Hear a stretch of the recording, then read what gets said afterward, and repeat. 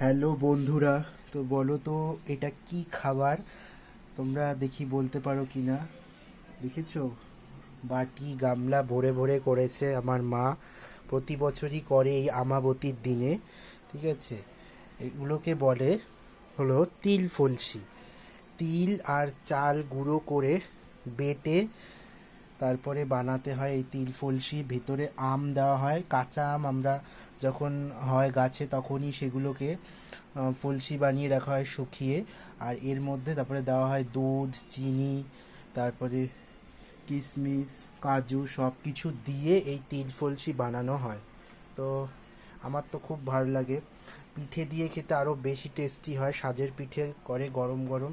তো তোমাদের কার কার বাড়িতে হয় এই তিল ফলসি বলো আমাকে কমেন্টে।